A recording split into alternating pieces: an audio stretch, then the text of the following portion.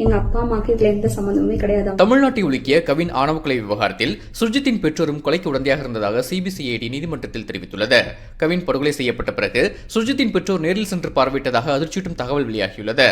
நெல்லையில் மென்பொறியாளர் கவின் ஆணவ கொலை செய்யப்பட்ட விவகாரத்தில் சுர்ஜித்தின் தந்தையும் உதவி ஆய்வாளர் மனசரவணன் ஜாமீன் கோரி நீதிமன்றத்தில் மனு தாக்கல் செய்திருந்தார். இந்த விசாரணையின் போது கவினை தனது பெற்றோர் பார்க்க விரும்புவதாக சுபாஷினி கூறியதாகவும் அதனை நம்பி கவின் சுர்ஜித்துடன் இருசக்கர வாகனத்தில் சென்றதாகவும் சிபிசிஐடி தெரிவித்துள்ளது. மிளகாய் பொடியையும் கொலை செய்வதற்கான ஆயுதத்தையும் சுர்ஜித் தயார் நிலையில் வைத்திருந்ததாகவும், மேலும் கவினை சுர்ஜித் கொலை செய்த பிறகு கிரஷர் குவாரிக்கு சென்று அவரது ரத்தக்கரை படிந்த ஆடையை எரித்து அழிக்க சுர்ஜித்தின் தந்தை அறிவுறுத்தியுள்ளார். அவரது இருசக்கர வாகனத்தின் நம்பர் பிளேட்டை அகற்றவும் அறிவுறுத்தியிருக்கிறார்.